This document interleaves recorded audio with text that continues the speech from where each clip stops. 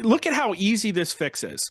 What's the problem? The problem is the boomers have, or the Zoomers have no future. Their jobs have been taken from them. They can't buy houses. They're dismayed. Well, the easiest, quickest fix we can do for that is just.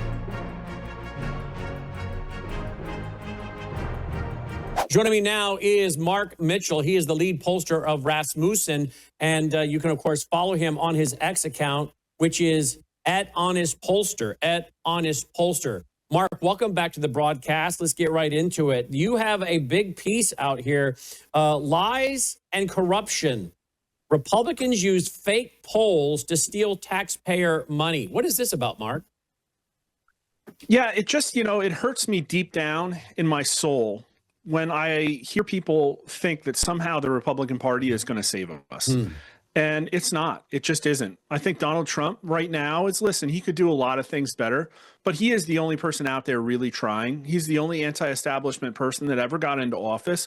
And he's doing as much as he can, in my opinion, to attack an establishment that is so entrenched, has corrupted so much that, quite frankly, I'm worried about the future, as we've talked a lot about before. Now, after Trump's administration and when won and when he got into office, I think a lot of people were super optimistic that he was going to be able to fix everything. And I said, well, the jury's kind of out on that because Washington is so entrenched.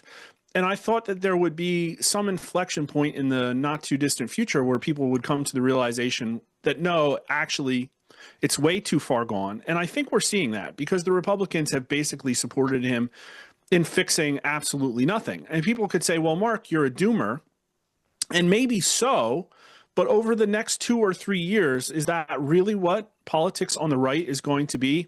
Hoping that Republicans will somehow tactically win a battle that they quite frankly deserve to lose because they aren't representing the American public. The American public doesn't really believe in conservative ideals. We talked about that down in Memphis when I came down and gave a speech at your event. Yeah. It's really an issue of justice, accountability, fairness, and most specifically, economic abundance. And unfortunately, the Republican Party has been co-opted by big business and special interests to make sure that doesn't happen. So I have what I think is probably the most important poll that we've run of the entire 2028 cycle. And obviously it's early, but that's the whole point. I'm trying to predict the future here and what politics is going to be about. And I think if you listen to these numbers, the people watching this, it might put people like Mamdani winning probably very easily in New York in perspective. Now, we know that people supported mass deportations. We know people supported corruption of government being ruthlessly fixed. People supported arrests. These are all accountability signals. People also supported things like ending corporate welfare, 67% to only, I think, something in the 20s. And that's an economic populism ideal, something that clashes very overtly with the Republican donor core, let's just say, the big business, Chamber of Commerce types, Charles Koch, Ken Griffin, and probably all the tech bros too. But generally speaking, and this is 3 questions here. Generally speaking, how fair is the U.S. economy today? Only 18% of Americans say very fair. That's kind of small. Only 12% of 18 to 29-year-olds and only 35% of them say at least somewhat fair. These people have their careers ahead of them. They're in college. They're getting degrees. They're going into the job market. And they're like, no, it's totally stacked against me. Basically, what do we have here? 64% of them say it's not fair. And the number is being brought up by Republicans. A majority of them, 65%, say fair. That's because Trump's in office, probably because they support things like tariffs and his efforts to reshore American manufacturing and deport all of the people that shouldn't be here taking jobs. But everybody else has really low numbers. Only 26% of Democrats think it's fair and only 38% of independents. But here's the important question.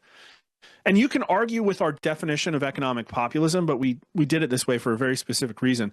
Economic populism is a political and economic approach that emphasizes growth and income distribution, often by opposing the perceived elites in favor of the interests of the common people.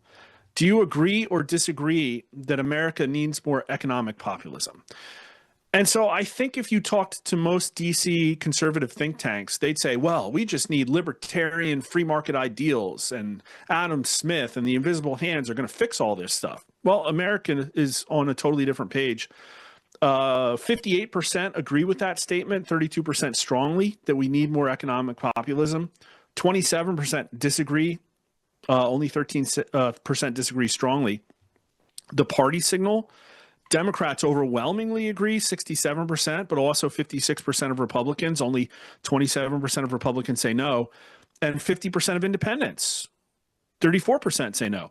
So if you look at, if we polled on socialism and free market capitalism would win still by a smaller margin than before, but it would still win. But when you say, well, here's this other thing, we have to take money from the elites and give it to the common people, everybody, including Republicans and conservatives, say, yes, that's a good idea. We should do that. We need more of that. Across every age bracket, everybody by a majority agrees. Every race, I mean, it's just everybody. Which party is the party of economic populism? And this is the problem. And again, we can point at all the tactical reasons why somehow Republicans might, have a crash course right before the test and eke it out by the skin of their teeth with a D- in November of 2026, maybe. But America says the Democrats are the party of economic populism, 46% to only 26% for Republicans. Now, a lot of people are not sure, but they like this new idea, economic populism. It sounds pretty good. Maybe we should just take money from all these people that have been stealing it from the taxpayers, because everything is a grift. We're talking about SNAP payments and EBT. That's a massive grift too. And all the across the board. How about all the foreign aid we give to countries that hate our guts and want to kill us and are funding terrorism? Yeah. Or we've been talking about H-1Bs. How about all of the temporary visas here?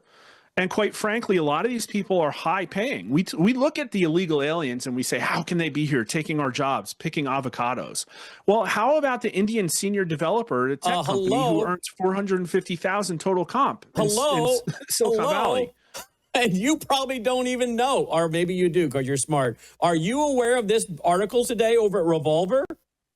No. Okay. Oh, wow. Now look at that. Yeah. You're not even aware of this article, and you just went there with all the high-tech Indians getting paid. You were just in Collierville, Tennessee. That's where we are based. And Revolver today has this article. Great overnight replacement. The Federal Express decline and fall of Collierville, Tennessee. Now, you saw our town. It's a very nice town. And the problem is even bigger than I know, and I live here. Yeah. But apparently they are bringing in so many Indian workers, a town of just over 10,000. He remembers a town of over just 10,000. Okay, it's way bigger than that now. But today, Bob watches with a growing sense of distress as the forests and fields he played in are cleared cut to make way for massive multifamily apartment complexes. That is 100% true. And by the way, these are not cheap. They're not cheap. We actually did a show about a month or two ago showing one of the buildings they're building. They're building beautiful restaurants right in front, all these beautiful brick restaurants right in front. And then behind it, these apartment complexes, 1 bedroom, 2 bedroom, 3 bedroom. They're beautiful. Everything will be within walking distance. They're not cheap. You're like, who's going to pay that? Apparently we now realize his unease solidified into alarm when a friend who teaches at a local elementary school mentioned a startling statistic. Nearly 80% of her students were now minorities, with half of the student body being of Indian descent and requiring English as a second language service. The town he planned to raise his own children in is rapidly becoming unrecognizable. The story of Collierville's transformation is inextricably linked to the upheaval within its largest employer since founder Fred Smith of FedEx, a local legend, handed the reins to the new CEO, who's an Indian. A seismic shift has rattled FedEx to its core. This article investigates the change leveled by current and former employees that a new corporate strategy, one that funnels exclusive contracts to a network of Indian-run consulting firms, is dismantling the company's celebrated people-first culture with systematically reshaping its hometown, leaving longtime residents feeling like strangers in their own land. This despite Collierville being a deep red MAGA town that recently put on an extremely well-attended memorial service for Charlie Kirk with GOP representation at both the state and federal congressional and executive levels of the government. So there you go. I guess they brought in, I read about this Indian guy, I guess is the one that's now taken over FedEx. I was like, why would they do that? Why would they do that? Well, now, I know why. Why? Brandon, I can sense your palpable outrage about FedEx. But this is every single freaking Fortune 500 company. If people want to get some of this information, if it's new to them, go follow a Twitter account. His name is Real Matt Forney, Forney. This is USAA. This is Capital One. This is Navy Federal Credit Union. It's LinkedIn, Microsoft, Apple, Google, every single one of these companies, Microsoft. And what happens is they say that they're trying to bring down labor, and they will set up a hub in India and Bangalore. Then they'll hire a CTO who's Indian. Soon you have a COO that's Indian. And those people culturally have a very high power distance. That means the workers don't question their bosses. They're very authoritarian work environments. And they're also very, very, very, very nepotistic. I worked in one. They hire their own. They use stack ranking systems against domestic born labor in America. They force people out. And it's happening everywhere. This guy really goes into it. He's got an article, How Indians Take Over Fortune 500 Companies. And the reason I'm picking on Indians is because specifically they're over 70% of all H-1Bs. The next highest country is China at only 12%. Can we stop right there for a second? Because I think that's a key component that I want to make sure the audience understands. These are not Indians born and raised here. These are people that are being shipped in here with visas to work, of which President Trump says he wants more of this. Yeah, everybody does. The tech bros, they're trying to say, oh, the Republican Party doesn't have the right platform. But these tech bro crypto geniuses who are building AI, they'll obviously be able to do it better. Well, these people are not American first. They're basically Indian first, because Elon Musk basically crashed out on Twitter back in December over people questioning him about H-1Bs. And in my opinion, he lost that public argument. And why am I picking on them? Well, obviously, it's because they share different values than us, and there's probably national security threats. Like, does our company even exist in America if the CEO is an Indian foreign national here on a visa? Doesn't make a ton of sense. But then they're also taking the future of Americans away from them. Here's what people don't understand about, and I say H-1Bs, but there's a whole layer of different visas that are used together that can be gamed. They bring them in as students. The foreign nationals subsidize the schools. They take away spots at our best institutions that can go to domestic students. And so we're training the world, and those people aren't necessarily adding anything of economic value to America. They're actually absorbing economic value. And they're high-paying jobs. Again, everybody talks about the illegals picking avocados. But what we're talking about is folks who are going to get an MBA at some of our best business schools and then go work at Google and make $500,000. And sure, maybe a domestic worker would be $600,000. And also another aspect that people don't talk about is that this is basically closet ageism and anti-family discrimination. So if you look at a domestic worker, right, they'll get out of school, they'll go have a career. And when they get to 35 or 40, they start to get pretty expensive. You know, they've been getting cost of living adjustments and promotions. They have a family of maybe 2, 3, 4 kids. They have a spouse. And because of Obamacare, because of the regulatory capture of the insurance and health industry by the government, healthcare is really expensive right now. And so you could replace that person with a 25-year-old domestic worker, and that would be ageism. It's against our discrimination laws, and maybe you'd get caught.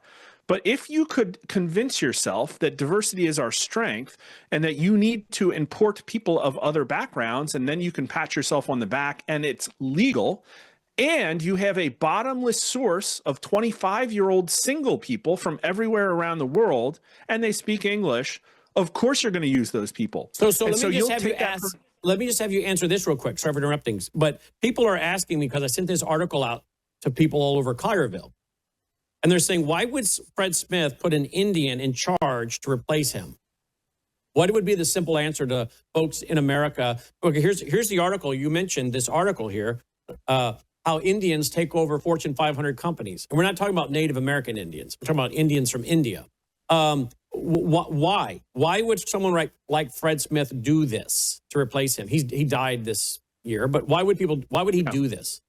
What's the simple that's what answer? people have to understand is that woke isn't just like smearing the LGBT and CRT like endorphins all over your body. It's actually a humiliation ritual of putting consensus building and virtue signaling above objective decision making. That's part of it. And I don't necessarily know how much of that decision was him versus a board that was probably hand selected to be full of woke people, because optics are what matter, Brandon. You could do a lot better having a nice write up in Fortune magazine and getting a stock bump because people are kissing your butt than by actually like lowering, costs and increasing your profit. And when you have a public equity market that's so driven by news and by fear of missing out and by basically feelies, I mean, look, Disney has absolutely destroyed its business, and yet its stock, hasn't really crashed. It's not keeping up with the S&P, but people are not necessarily punishing these companies for these bad decisions. So is it woke ideology? Is it woke ideology combined with, hey, we get an Indian in here, then he can tap into the amazing cheap labor, whether they bring them here to the U.S. and or farm out the jobs? Because, we use a form of software. Okay, we use Drupal. Drupal. I don't know if you know what Drupal is. It's not a cheap. It's not a cheap, CMS, right? Or well, I couldn't tell you that. Oh, website tech. It's what major corporations build on Drupal. Media companies. It is a high-end media, public, open source, I should say, computer language and programming system. But it's very expensive to hire Drupal programmers. And you can find, I guess, WordPress kind of people all over the place, but Drupal's different. And the reason multimedia companies like ours use it, and we have for a very, very, very long time, is because it is so robust and offers so much diversity and really is built for running a multimedia company like we do. Now, we get hit up all the time to hire people over in India dirt cheap. And I'm like, I'm not interested in hiring people. I got a guy that's USA, he's from the South here. He does an amazing job, right?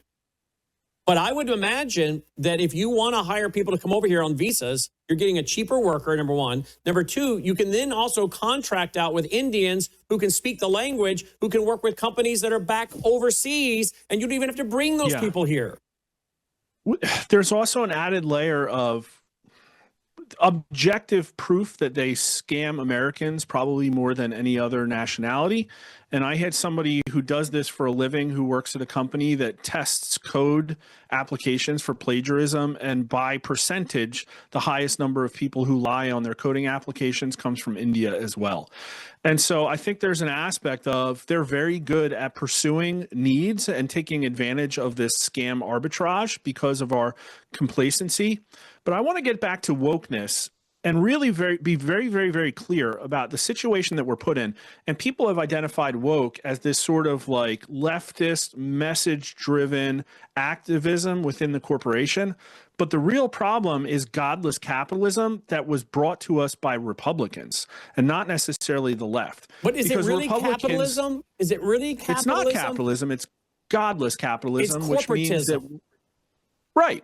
Well, because it's totally fine to completely get rid of any integrity if it will be better by putting money in your pockets. There should be limitations. Is this why we see so many people who are reported to be, licensed representatives of Qatar here in the U.S.? I mean, we got major Republicans that are being called out as being, they're saying Pam Bondi.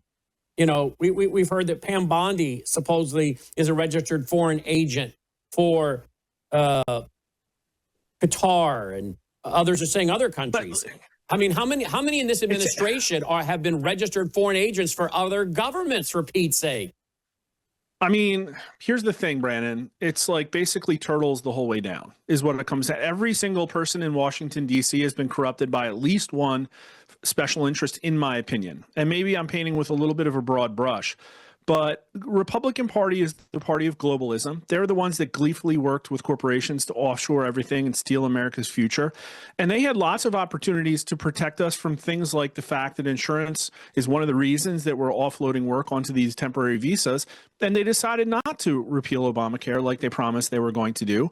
And when you look at the donor class on the right, it's people like, the Club for Growth and the Koch people and Ken Griffin and all these interests that, quite frankly, are just looking out for concentrating wealth and power in these big business companies that would still gleefully love to offshore these jobs, because I can tell because they're pushing for amnesty deals behind closed doors when the Republicans are trying to write these laws. That's Washington, D.C. Now, I want to tell you a quick story about, you mentioned it, and I think everybody really needs to go read this article to understand the current state of the Republican Party.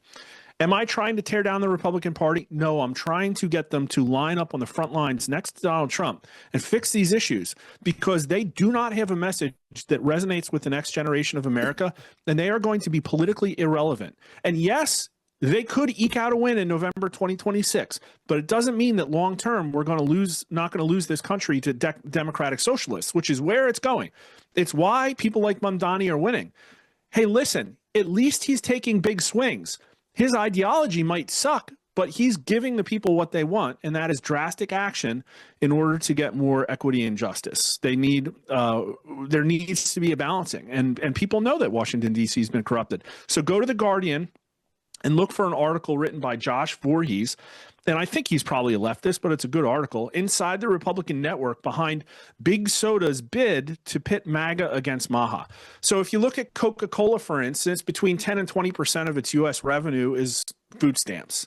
And one of the things that RFK said was, well, we shouldn't have all these kids drinking sugared soda, and why do we let them do that with our food stamp programs? That's not nutrition. That's a luxury good, and they shouldn't be able to do it. Now, Big Soda, the American Beverage Association, freaked out, and this article goes through all the steps that they did to try to combat this. And it involves using Republican legislators, Republican lobbyists, Republican firms, researchers, Republican pollsters, in order to pit the MAHA movement against MAGA and fund influencers to try to gaslight people into supporting this, when I just did the polling, and I can tell you Republicans do not want people on food stamps buying soda. And so what the article says that's pretty interesting is that D.C., Washington, D.C., and by that I mean the Republican senators, offered absolutely no resistance whatsoever. It was so easy to just go in there and cash a couple of checks, and there is no chance, snowball's chance in hell, that RFK Jr. is going to be able to keep, or the USDA, FDA, or whoever does this, USDA, from having soda removed off food stamps. The big soda lobby is so strong that Washington, D.C. offered absolutely no resistance. And that's the Republicans. And so what was their real problem? Well, the real problem is Republican state legislatures that, for principle, said, no, if the federal government's not going to do this, we should do this. And so they write a law that takes, I think they did it in 5 or 6 states, and then it goes to the governor. And the governor has to evaluate, well, are the people going to support this or not? Well, what do these guys do? They use big names that people know within the Washington, D.C. Beltway circles, and they paid $2 million to pollsters who came out with the result that is what Big Soda wanted. Yeah. It showed, oh, look at all these MAGA conservatives. They think that this is a libertarian thing and that people should be able to buy this stuff. It's their money. No, it's not their money. It's my freaking money. And I have to make a decision about whether I can buy my kids luxury products. Why does somebody who's living off transfer payments get that right? So that's what people on the right think. But then they bring it to a governor, and all of a sudden the law gets shot down, and we have kids rotting their teeth out with soda on food stamps. And so this is perverse. Is this why you're an honest pollster? Have you been offered money like that to rig your polling? I think our entire revenue line for the last 4 years is probably less than $2 million. And they just literally wrote a check, $2 million, go find us the results we wanted. And no, they haven't done that Republican... for you. You're saying they haven't done that to you. Have they offered you money? Has anyone offered you money? They don't. No, they don't want the real result. I would give them the opposite of what they wanted, which is that no, Republicans don't support this. But somehow they got the right result, and they are using it to go around and crush this legislation at a state level. It's absolutely perverse. Well, is Republicans. Yeah. This is what the Republican Party does. And so go down the list. Arctic frost, putting people in jail, election integrity, COVID accountability. None of these things are going to get fixed because they will not do it. They can't do it. They are too corrupt and bought out by Qatar, but every other company, every other country on earth. It's not just Qatar. It's literally everybody. Oh, well, yeah, it doesn't matter if they're registered for an agent or not. It doesn't matter. They have ways to influence these people. They have ways to influence them that don't require them to register a foreign agent. Is that what you're saying?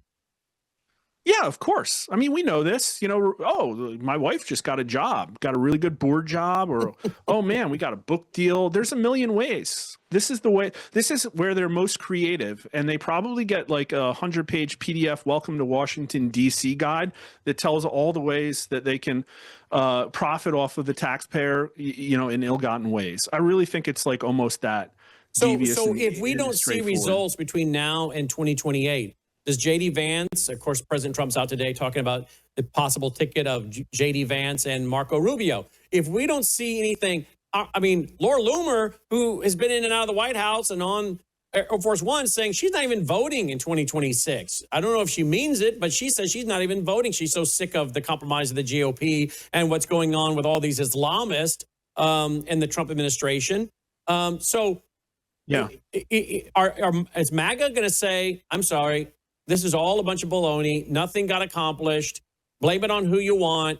Well, we're not going to. A lot of them will say, I'm not blaming it on Trump. I'm going to blame it on all the bad advisors he had. And if that helps them, sleep better at night, then fine, whatever. Everybody will have their way of dealing with the cognitive dissonance that they feel. But a lot of them are going to be done. They're not even going to go vote. And a lot of people did that after the 2020. They said these elections are rigged, and I'm checking out. And I know people, it's stupid, but I know people that stopped watching this broadcast, other broadcasts, who had been, flying the Trump flag. They were going to the rallies. They were ardent Trump supporters. After the 2020 steal, they quit. They're out. They don't even pay attention to anything but sports and entertainment anymore because they think the whole system's rigged. Is that going to be, boomerang 2.0 in 2028? So I think we're a frog that's still in a very hot pot of water, and that a couple of ice cubes have been dumped in it, but it hasn't been enough. The pressure relief valve that has allowed people to blow off steam. I think Trump was like that, and he's allowed people to blow off a certain amount of steam.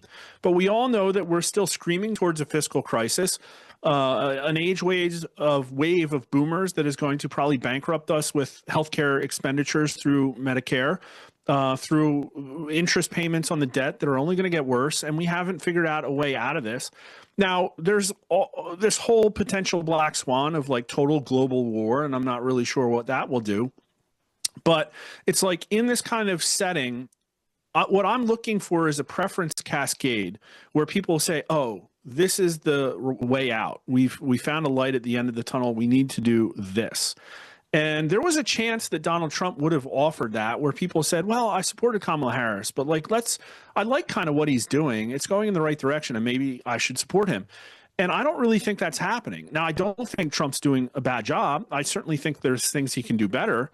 But Trump giving the Republican Party a platform that the Republican Party then performs for America on was just proven to be something that doesn't work. Now, I think that maybe J.D. Vance can offer a better platform, but people will still look at the Republican Party and say, why? Why should I vote for you? You're not the party of economic populism, which is what I want. And I think J.D. Vance is more of an economic populist than Trump is, but that's the situation that he's going to be handed. And so, yeah, maybe some people will check out, but I don't think they're all going to be honest, if we had a legislative fix for this, it probably takes at least 60 principled votes in the Senate. And I just quite frankly don't see how we're going to get there behind any platform or behind any Republican Party, because the left is so dug in on just resisting any threat to the current establishment. And they'll apparently burn the country down in order to protect the establishment. Okay, so to burn the country down, does that include not opening the government up so that people don't get their SNAP payments and start rioting? Is this part of their plan? Is this part of their plan? Yeah, Alex Jones just said that on War Room, and I think maybe. I don't know. I don't know if cutting off USAID has affected their ability to grassroots this stuff, or if they even need grassroots or not. But right now, the people protesting are all just like boomer MSNBC watchers that use the Action Network. So I don't know where this is going to go. But, you know, the inner what's going to cities have happen when been all kind the of quiet Afghans recently. And I sorry to keep interrupting, but I'm running out of time. Yeah, no, what are you going to do when all the Afghans, 45.6%, according to this poll, don't get their SNAP, their food stamps, or Somali? I mean, these are a lot of Muslims in here. Well, Iraqis. You know, what are they going to do when they don't get their food stamps? Many of them are from either Marxist or Islamic countries. I'm not saying everybody would be, but there's going to be a lot of them in there. Go up to Minneapolis. You'll see. What are they going to do when they don't? I mean, this seems like a firecracker.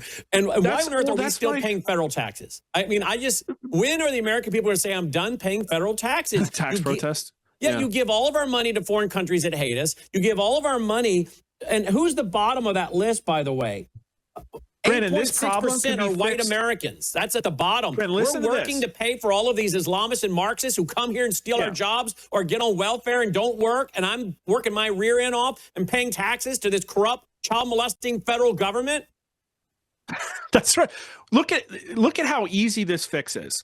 What's the problem? The problem is the Zoomers have no future. Their jobs have been taken from them. They can't buy houses. They're dismayed. Well, the easiest, quickest fix we can do for that is just cancel all temporary visas tomorrow. I had Grok do the math. There are 2.6 million of them. It's $350 billion of annual economic benefit. That's what the temporary visas are. So if we took that $350 billion and said those people are gone, we have to have a national project to employ the Zoomers. Now, all of a sudden, they have these high-paying jobs. They can afford houses. Oh, and by the way, there's less people competing for those houses. There's less people paying for the groceries. There's less people filling up the emergency rooms. It would immediately fix everything. You know what would happen if you said that to literally any legislator in Washington, D.C.? You get laughed out of the room. Their donors will not allow that to happen because there's economic upheaval there.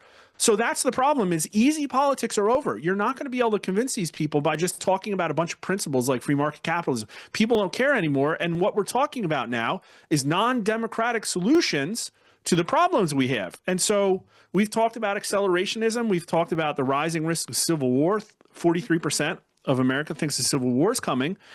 And this is accelerationist. The Democrats want to shut down. The Democrat voters in our polling have supported a continued shutdown.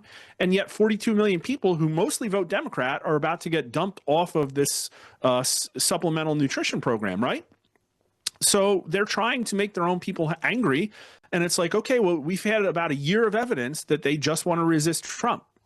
So where are we going from here? All I can tell you is right now, again, the water is getting hotter. But the frog is still complacent. At a certain point, there's enough economic strife and upheaval where the frog takes action. Mitchell, I hope you guys will follow him on social media. He is on it, folks. He is absolutely on top of it. Here it is, @HonestPollster, @HonestPollster. There's so much more to cover. We got to get you back on next week. Great job. Sure. Great work you're doing, Mark. Thanks so much. Hope everybody follows me, Rasmussen_poll, and we'll do a couple of good videos and stream once this week too. Hope Absolutely. We're going to start picking his show up and carrying it on the weekends on Worldview Tube, folks. Thank you, Mark. Take care, my friend. All right. Great to be here. We'll be right back after this break.